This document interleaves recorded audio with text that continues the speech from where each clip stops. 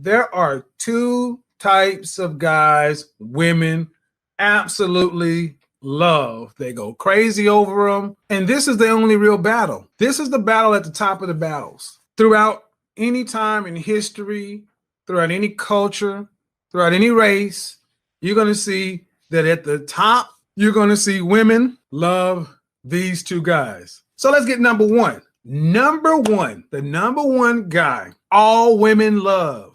All women, everywhere, no respect of class, no respect of any of that shit, is the bad boy. That's right, is the bad boy. In the black community, you want to call them Pookie and Ray Ray. That's what the bad boy fall in that category. On the other side, it would be, Brad or Chad, pick one.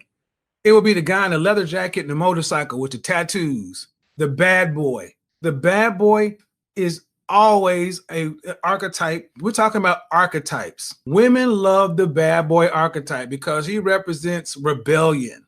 He represents actually pushing against the father and the men in her family's control. A father is going to raise this girl up to be nice, prim, proper, respected. He wants somebody to be right for his little princess. And she's going to think about the dude that just talks to her the way she needs to be talked to and screwed the way she needs to be screwed. Shout out to Alan Roger Curry when he talked about how he met this judge one time from this upper bourgeoisie family and couldn't figure out why his daughter loved this street dude. Hey, man. He said he fucks me the way I need to be. You can't, like it or not, this is at the crux of the Pookie Ray Ray argument because women love bad boys. I could give you all the psychological reasons, but that's just the truth. The rebellion, the danger, all of it. And here's the thing. You can lie to yourself and think that changes some point in life. It doesn't. It doesn't. They just stop talking about it as much. There's never a place where women get to like, well, I went through my bad boy phase and now I want Mr. Rogers. No, that's shit that they tell you guys. They tell you that so you won't feel guilty and won't feel inadequate trying to measure up to the dude she's really thinking about while you on top of her doing the best you can. Shut the front door. That is the truth, the unvarnished truth. They tell you that you're acceptable while she's thinking about the guy she really wants while you laying on top of her doing the best you can. But you get that missionary position.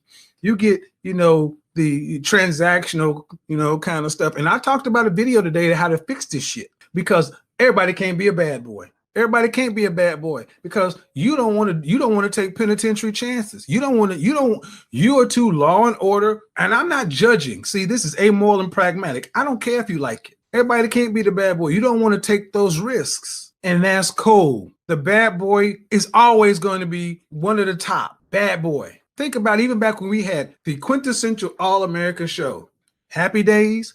Who was the most successful character on there? Fonz. Hey. Even in that idyllic, lily whitewashed America, Richie Potsy, the Cunninghams, Joni Chachi, all-American Al's Burger Shop and Bebop and Poodle Skirts and all that. Who comes up? The leather jacket wearing, motorcycle riding, knock on the door, jukebox work, looks at a girl, come up. I mean, just go back and look at 1970s and look at how cool, how much of a dom game Fonzie was running. Fonzie was running a dom game in the 70s. Fonz was the shit. Bad boy.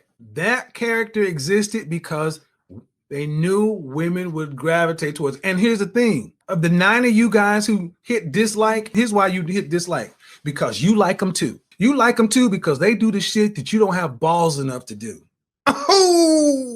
Ooh. Watch the dislikes go up. Watch it again. You like the bad boys too because they have the balls to do shit that you don't have the balls to do. You wish you could be like them. You wish you could stand up and say, man, fuck you. We're not gonna take it. You wish you could do it, but you just can't. People will disapprove of me. I don't want to be like him. I don't want to be a bad boy. I like being Captain America and the Boy Scout because Captain America always wins. No, he doesn't. That's some shit they put on movies to sell you goobers a ticket. Like it or not, bad boys are an archetype for all women. And it's not just black women, all women. You know what happens? The teenage bad boy is different than the 20-something bad boy, is different than 30-something, 40-something, 50-something. But the bad boy stays the bad boy. Johnny Depp's character, that bad boy. You can become a corporate raider, a pirate. See, that bad boy can go from high school to Wall Street, and he still has that killer instinct, that shark thing, and he eats up, bam, and women love him. Now, here's the thing. Somebody had to say it. I'm going to tell you, that's what it is. But there's another guy that women love. Again, it's an archetype, and they love this guy just as universally. Even the women that say they don't.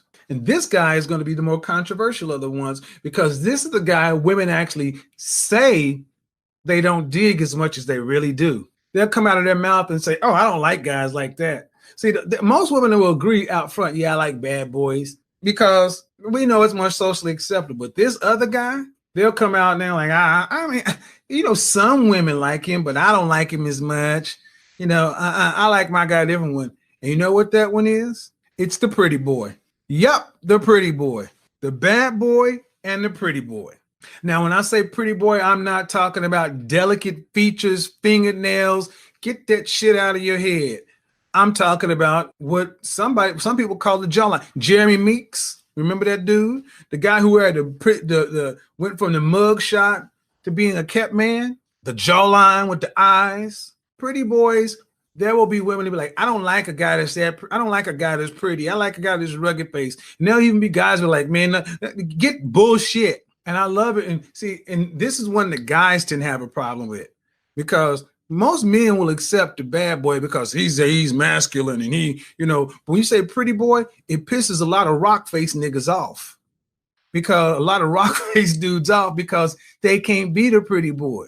Because a pretty boy is a face guy. Don Draper, Brad Pitt, Leonardo DiCaprio. See, a lot of times they'll try to paint the pretty boy as some kind of effeminate weakling, and that ain't it. Not even by a long shot. That's what a lot of dudes who really hate on this dude, this archetype, try to paint him as. And that's cool. He's still gonna fuck your bitch. Yeah, them rock face dudes get mad at the pretty boys.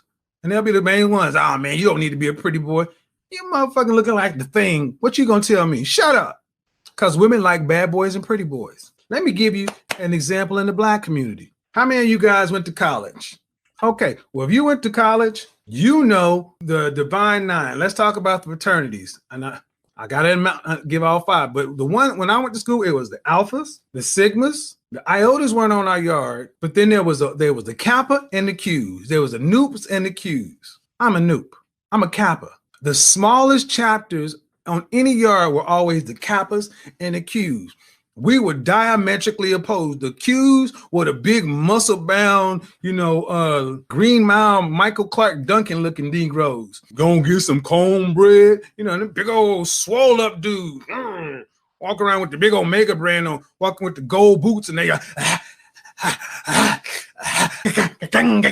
sweating and shit with the Boone's Farm sweat going everywhere, Jerry Curl juice, looking like a bunch of full force motherfuckers, barking at bitches. Hell yeah, and scaring the pussy away. Qs got much play on the yard because they was big old swole up dude. They played middle linebacker. They even played positions that weren't even out there. The Qs were so big and bad, even the thug dudes like, don't fuck with them. That's what they were. But then you know who would come in? Who would come in? It would be the Noops. The Noops would come in and they'd be like, man, I don't like them pretty boys. That's what would happen, man. The Qs would go from Atomic Dog and all this shit, and then we would roll up in there.